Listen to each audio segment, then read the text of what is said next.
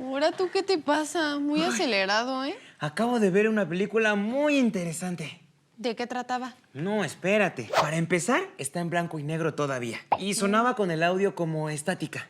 Para mí yo creo que era muy viejita la película. El caso es que en algún estado de Estados Unidos llevaban a un juicio a un profesor por enseñar la teoría de la evolución a sus alumnos. ¡Órale! ¿Y qué decían entonces? Mm. ¿Cómo se atreven a censurar a Darwin?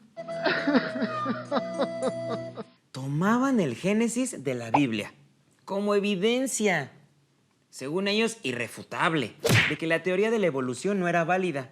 Y entonces, pues me puse a pensar, ¿de verdad creer algo distinto al resto es suficiente para ser llevado a juicio? Bueno, es que ahí no se respetó la libertad de expresión del profesor.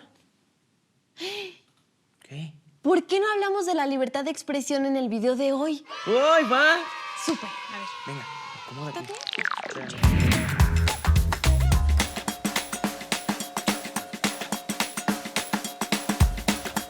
Hola amigos, ¿cómo están? Yo soy Viviana.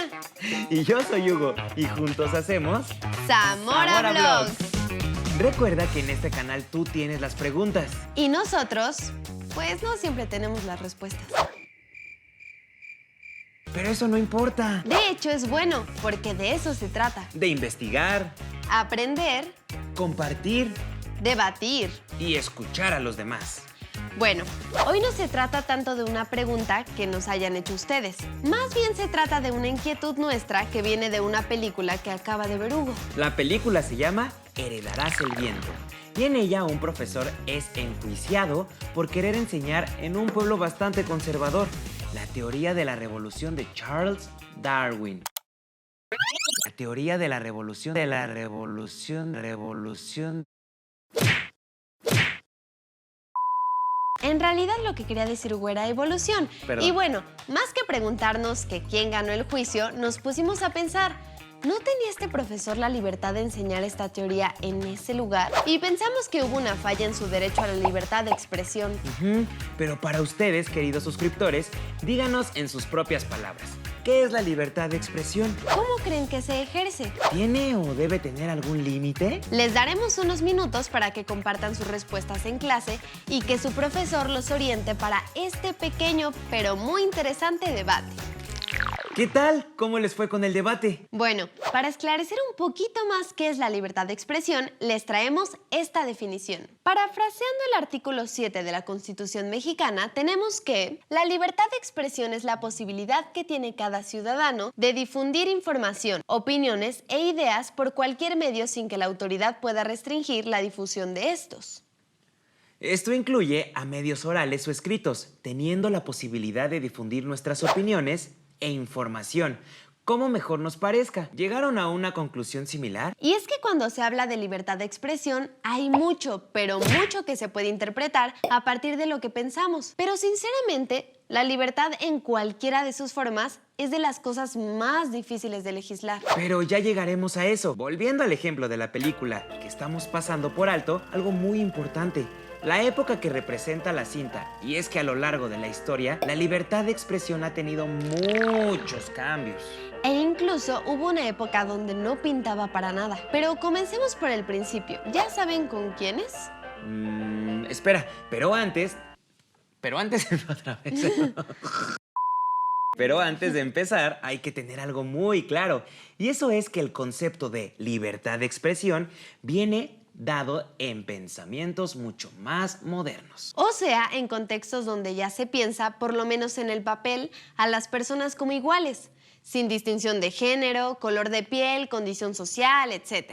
Sabiendo esto, podemos entrar un poco más en cómo fue evolucionando el concepto de libertad de expresión. Y como no podía ser de otra forma, si nos vamos al principio de todo, nos encontramos con... Y es que Platón decía que Sócrates, que fue algo así como su maestro... ¿Y de quién no? Justamente, era un gran punto de partida para entender la compleja relación entre un individuo libre y la autoridad. Entendiendo como autoridad aquel poder que rige una sociedad para mantener una orden social medianamente justo. Un orden social. ¿Dije qué? Una orden social. Un orden social. Aquí se puede hablar de un tipo de libertad muy particular, que se daba en su mayoría al escribir sobre política. ¿Pero qué creen? A pesar de que Grecia tiene la fama de ser la cuna de la civilización occidental, no todos sus ciudadanos sabían leer o escribir. Entonces, aquellos que escribían de manera libre era un grupo muy selecto, generalmente de los altos rangos de la sociedad ateniense. Tampoco hay que olvidar que había distintos tipos de ciudadanos, y sus derechos aplicaban en su mayoría solo a los varones. Las mujeres o esclavos no tenían voz ni voto, así de fuerte. Así que aunque en apariencia había libertad, esta no era para todos. Algo similar pasaba en otro de los pilares de la civilización, Roma. Para ellos, al igual que para los atenienses, existía un tipo de libertad para el pueblo, ese poder de participar libremente en actos de interés público. Pero aquí está también una pequeña trampa. La libertad era para el pueblo, como conjunto, no para las personas en lo individual. Aunque con el paso del tiempo, ambas civilizaciones comprendieron que la diversidad de pensamiento era fundamental para la existencia de la democracia y la generación del conocimiento. Y de la antigua Roma damos el salto a la Edad Media, donde la Iglesia con sede en Roma exterminó casi de tajo la libertad de expresión. Cualquier idea ajena a lo escrito en los documentos de la Iglesia, comenzando por la Biblia, fue motivo de persecución. Basta ver los registros de la llamada Santa Inquisición, que de santa no tenía nada, pues persiguió a toda persona que se atrevía a contradecir la Iglesia. Un claro ejemplo es el juicio al que se sometió el astrónomo Galileo Galilei y la censura a la teoría heliocéntrica de Copérnico. Heliocéntrica. Galileo, quien había ya comprobado que la Tierra gira alrededor del Sol, tuvo que retractarse para no ser enviado a los calabozos. Otro caso muy peculiar es el de Miguel Ángel y sus frescos en la Capilla Sixtina. Si ponemos un poco de atención en la creación de Adán, podemos ver que la nube y la figura de Dios forman una silueta parecida a un cerebro humano. Muy creativo. Se especula que de esta manera Miguel Ángel habría podido manifestar que él creía que Dios estaba en cada ser humano y que todos somos capaces de crear desde nosotros mismos. Al terminar la Edad Media, con la llegada del Renacimiento, el llamado Siglo de las Luces, tomó fuerza la visión del ser humano como parte central de la sociedad. Hablamos del surgimiento del humanismo, por ahí de los siglos XV y XVI. Y bajo este concepto, el humanismo, se comenzó a reconocer el valor de cada individuo por sí mismo y lo que podía aportar a la sociedad. Recordemos que cada cosa es producto del contexto en el que se formó. Y aquí, la visión de que cada ser humano era único y tenía derechos y libertades aplicaba más bien a los hombres europeos de esa época. Aunque hoy parezca retrógrada y machista, es muy importante conocer el por qué se creó un pensamiento mucho más alineado a los conceptos de igualdad y equidad. Y entonces, al comenzar a reconocer la valía individual de cada persona, esta tenía que notarse no solo en el arte y en la literatura. Y es así como llegamos a la Francia del 26 de agosto de 1789. ¿Qué pasó en esa fecha? Nada más y nada menos que la redacción de la Declaración de los Derechos del Hombre y el Ciudadano. Este documento, en su 11º artículo, dice a la letra: la libre comunicación de los pensamientos y de las opiniones es uno de los derechos más preciados del hombre. Todo ciudadano puede, por lo tanto, hablar, escribir e imprimir libremente a condición de responder a los abusos de esta libertad, en los casos determinados por la ley. Y ojo aquí con algo súper importante, ya que si se habla de un derecho, también se habla de una obligación. Y en este caso es que el individuo debe responsabilizarse por la manera en que usa este derecho. 2 años más tarde, en 1791, se retoma esta idea en la Constitución francesa y se plantean como derechos naturales de las personas el hablar, escribir, imprimir y publicar su pensamiento. Y bueno, a partir de aquí, muchas otras constituciones tomaron esta misma idea para asegurar la diversidad de opiniones en sus propios países. Pongamos un ejemplo. La primera enmienda de la Constitución de Estados Unidos dice que no habrá ley que prohíba la libertad de expresión, culto o de manifestación Nueva palabra. culto o de manifestación pública pacífica del pueblo estadounidense. O en 1810, en España, en la Constitución de Cádiz, dentro de su artículo 317, se establece que todos los españoles tienen libertad de escribir, imprimir y publicar sus ideas políticas sin necesidad de licencia, revisión o aprobación alguna anterior a la publicación, bajo las restricciones y responsabilidad que establezcan las leyes. ¿Por qué es importante esto para nosotros? Porque de las leyes españolas se derivaron muchas de las leyes que se escogerían en la naciente república que hoy conocemos como México. Y hablando de nuestro país, es hora de que les comentemos qué pasa aquí con la libertad de expresión. Este derecho está mencionado en los artículos 6 y 7 de la Constitución Política de los Estados Unidos Mexicanos. Dentro de las muchas cosas que se mencionan está el que cada mexicano puede expresarse libremente sin temor a represalias por parte de la ley, salvo en caso de que, a menos que se ataque a la moral, la vida privada o derechos de terceros, provoque algún delito o perturbe el orden público. Y también habla del derecho que tienen las personas implicadas en alguna información a dar su versión de los hechos y hasta cierto punto de defenderse de lo que se dice de ella o él. En el artículo 7 se establece que ninguna ley ni autoridad puede establecer la previa censura ni coartar la libertad de difusión, que no tiene más límites que los previstos en el primer párrafo del artículo 6 de esta Constitución. Aquí vemos que un poco como en la Constitución de Cádiz, los mexicanos podemos, o más bien tenemos el derecho de expresarnos libremente mientras respetemos a los demás. Y aunque en el papel todo suena muy bonito, la realidad es otra. Tanto en la Constitución de 1910 como en la de 1857, los mismos artículos establecen estas mismas libertades. Pero sabemos que durante su mandato, el presidente Porfirio Díaz censuró al periódico satírico El Hijo del Aguizote, el cual solía criticar mucho a su gobierno. Y ya hacia mediados del siglo XX, películas como Canoa o Rojo Amanecer no vieron la luz sino hasta muchos años después de su realización, debido a que narraban hechos que implicaban conductas negativas de dos figuras muy influyentes para las autoridades de entonces, la Iglesia y el Ejército. Ay, qué complicado es todo esto, ¿no, Vivi? Y volvemos a que aunque en el papel todo es muy bonito, también hay ciertas restricciones no solo a la libertad de expresión, sino a la libertad de informarnos. Y este derecho está también garantizado dentro del artículo 7 de la Constitución. Como sucede muy frecuentemente con las leyes, la ambigüedad en su redacción da pie a que se interpreten como mejor convenga, de acuerdo a los intereses. Y es imposible hablar de libertad de expresión sin mencionar a periodistas, quienes más se arriesgan para proveernos de información y quienes más sufren atentados contra este derecho, sobre todo en nuestro país. Películas como No se mata la verdad dejan testimonio de la larga lista de periodistas asesinados o desaparecidos. Pero espera, Vivi, creo que para hablar de este tema podríamos invitar a alguien, Jenny Riverol González, la directora académica de la Escuela de Periodismo Carlos Septién. Septién. ¿Qué dije? Septién. Ok. Carlos Septién.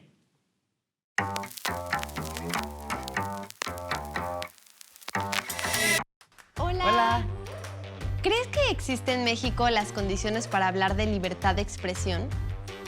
Sí hay condiciones, pero estamos muy limitados, porque muchas veces dentro de las cosas, pues hay gente a la que no le gusta que digas lo que está pasando. Tienen poca resistencia a la crítica y ¿qué hacen? Tratar de desviar la atención o tratar de impedir que tú ahondes en algún tema que puede resultar molesto, espinoso, peligroso también de saberse. Y por eso es que también en México las condiciones para los periodistas, sobre todo, pues no garantizan su seguridad. Que hay mucha gente a la que no le interesa o no quiere que se sepa lo que está pasando. Tan es así que, pues tristemente, nuestro país es el que ocupa el lugar pues más alto de ataques a periodistas. Es el país más peligroso para ejercer esta profesión. ¿Por qué crees que existen o no existen las condiciones? Porque quienes deberían garantizar la libertad de expresión la están coartando de cierta forma, poniéndote trabas, poniéndote obstáculos, impidiendo que tú puedas expresarte. El gobierno mismo debería de corroborar que se te permita tener esta libertad de expresión.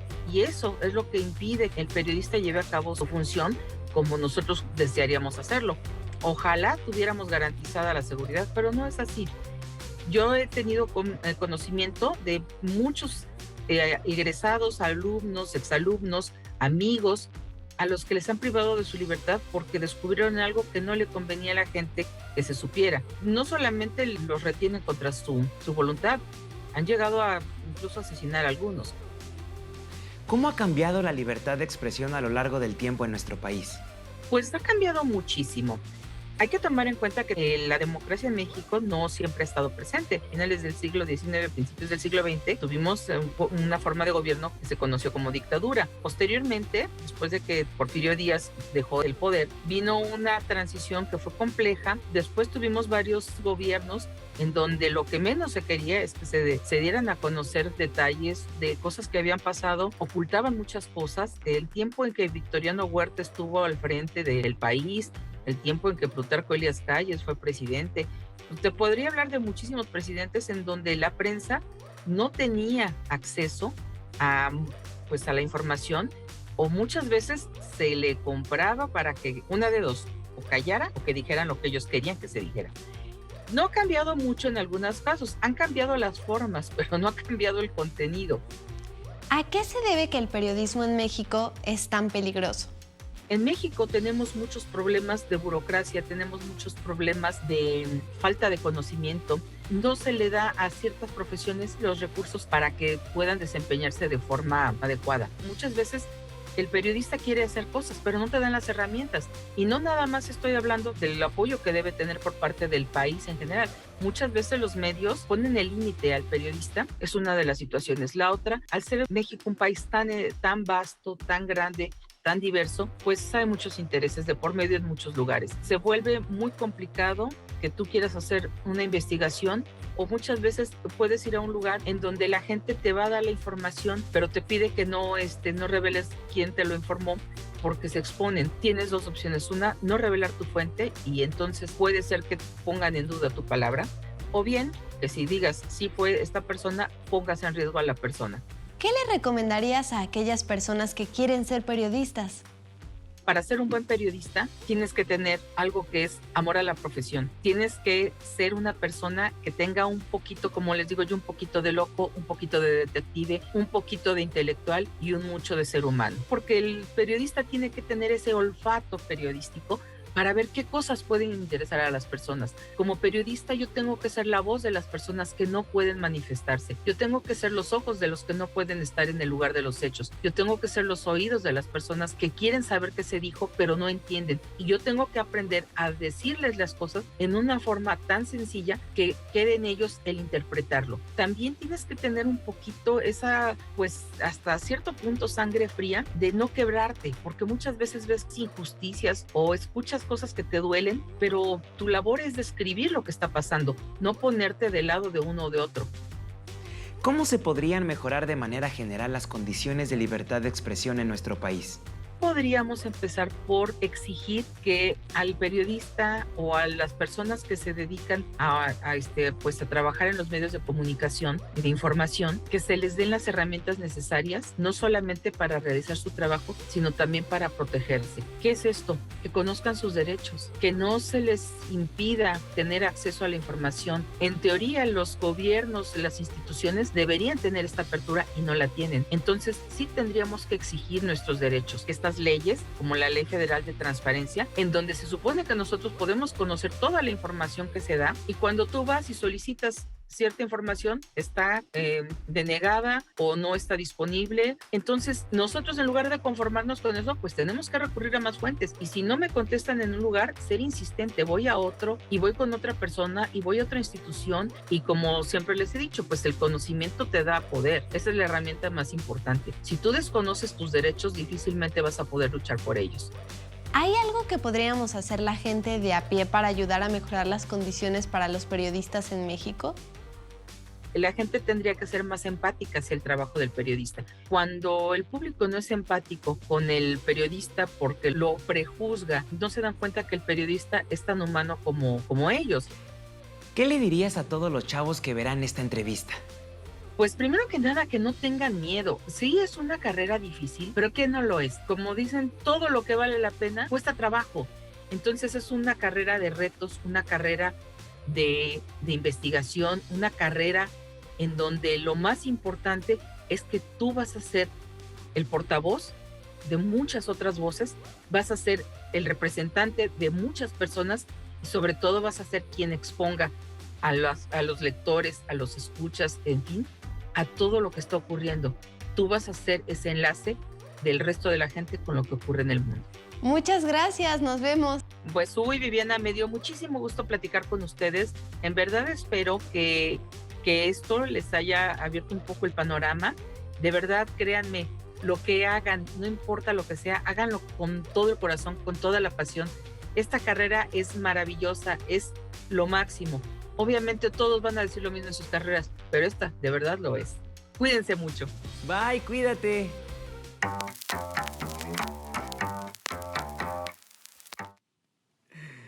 Bueno, si han puesto atención al programa, hay una palabra que se ha usado mucho cada que nos referimos al concepto moderno de libertad de expresión. ¿Pueden adivinar de qué palabra estamos hablando? ¡Exacto! Nos referimos a la responsabilidad. Y es que ahora con el uso de las redes sociales, algo que ha crecido de manera alarmante es el discurso de odio, el hate para más fácil. Y es que aunque parezca que Internet y algunos medios de comunicación han ayudado a formar comunidades nuevas con intereses comunes y que han logrado grandes transformaciones, también hay personas que lo usan para otras cosas. Al no tener la regulación que tienen los medios de comunicación convencionales, las expresiones en Internet pueden rayar en lo extremista. Basta ver lo que ha pasado con Europa en la crisis de los refugiados, donde un hashtag en contra de musulmanes se convierte en tendencia en las redes de España. Aunque es difícil definirlo como tal, el discurso de odio se entiende como todas aquellas expresiones que incitan o promueven el racismo, la discriminación por creencias religiosas, orientación sexual o discapacidad física o mental, xenofobia o la violencia tanto física como verbal. Este discurso, por lo general, busca excluir o desacreditar a las minorías. Para muchos grupos sociales, especialmente los minoritarios, es difícil conseguir alzar la voz y ser escuchados. Ahora imagínate que cuando lo hacen, otros luchan por silenciarlos. Protegidas en el anonimato, incluso bajo nombres e identidades y cuentas falsas, estas agrupaciones se ponen a molestar de un modo divertido a cualquiera que emita una opinión que vaya contra su forma de pensar. Sin que tenga consecuencia alguna, fuera de que se le suspenda o elimine su cuenta, lo que remedian abriendo inmediatamente otra. Como este es un tema relativamente nuevo, las instancias internacionales no terminan de ponerse de acuerdo en cómo debe ser regulado y legislado. Y como ya dijimos, la libertad es algo de lo más difícil de legislar. Sin embargo, podríamos hablar de algo muy interesante que existe en el Tribunal Constitucional de España. Este tribunal clasifica las expresiones que provengan de una persona en varias categorías que ellos llaman escala de valores. La primera categoría es la de los insultos, así como lo oyen.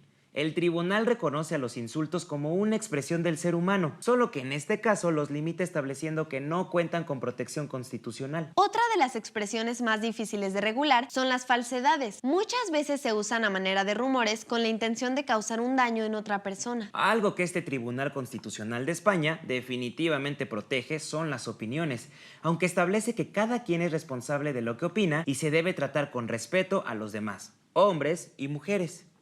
También se protege la información, la cual definen como la narración veraz de los hechos. Y por último, se defiende la información noticiosa o a las noticias, que también definen como narraciones veraces de los hechos, con una relevancia pública. Siendo un tema tan cercano a nosotros, porque los jóvenes somos quienes más utilizamos las redes sociales, ¿qué propondrían ustedes para terminar con el discurso de odio? ¡Qué buena idea, Vivi! Esa va a ser la actividad de hoy. Allá en casa o en el aula con sus amigos, familiares y compañeros o compañeras de clase, discutan sobre lo siguiente. ¿Qué opinan de la clasificación de la que acabamos de hablar? ¿Consideran que sería útil tener algo así en México? ¿Cómo se les ocurre regular el discurso de odio? ¿En verdad hay un conflicto entre la libertad de expresión y la regulación del discurso de odio? No olviden comentar sus respuestas y opiniones en nuestras redes sociales. Y recuerden ejercer su derecho a la libre expresión de ideas con respeto y de manera crítica. Así nos ayudan a mejorar el programa. ¿Cómo les fue? Seguro tuvieron conversaciones muy interesantes. Es que este tema da para mucho y no es nada fácil ponerse de acuerdo. Y bueno, con esto dicho, nosotros nos despedimos. Esperamos haberles dejado algo en qué pensar. Y reflexionar. ¿Cómo ejercen ustedes su libertad de expresión? ¡Hasta la próxima!